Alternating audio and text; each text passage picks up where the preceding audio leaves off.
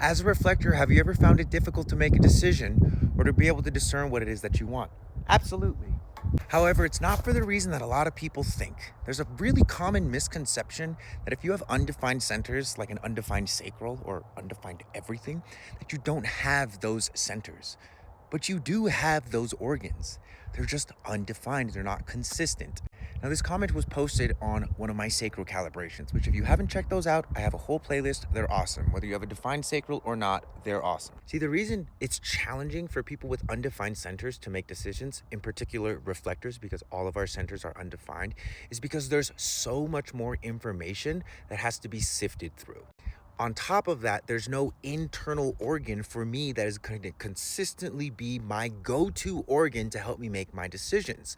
For instance, if you have solar plexus, you have the celiac ganglia, that's your inner authority. If you have ego authority, that's going to be your physical heart. If you have the self-projected authority, that's going to be your blood and your liver. If you have the spleen, that's your spleen. And if you have the sacral, you have the gut and the sex organs to help you make decisions. Reflectors do not have that. But what we do have is a little something called neutrino design. Now, what you're looking at behind me is called a transit overlay, okay? All of the stuff in yellow here is going to be the current position of all of the planets, and all the stuff in green is my body graph. Normally, I don't have any defined centers, but because of the transit, I have quite a few defined centers.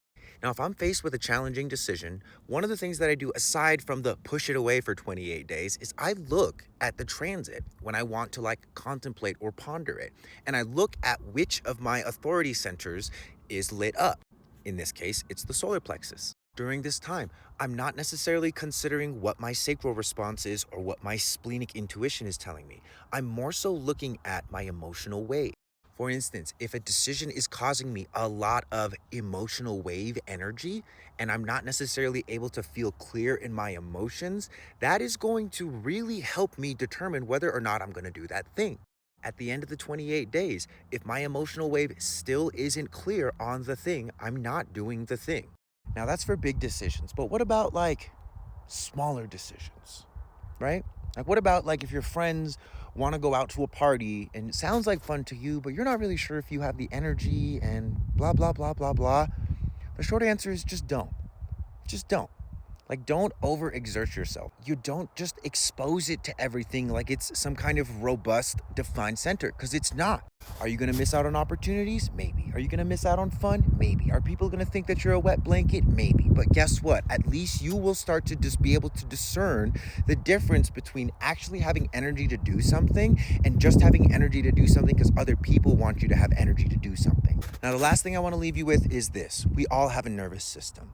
Whether your centers are defined or undefined, everyone has a nervous system. And it's so very important to train your nervous system because that is the thing that helps you to feel safe making decisions for yourself. One of the reasons that a lot of reflectors are having challenges making decisions for themselves is because they don't feel safe disappointing people or frustrating people or making people bitter or making people angry. And as a reflector, those not self qualities, that anger, that frustration in your friend, you're gonna feel it in your body. And again, it's very easy to confuse that for your own feelings. However, if you train your nervous system, you will feel not only safer making those decisions and possibly upsetting people that you care about, you will also access the wisdom of your physical body.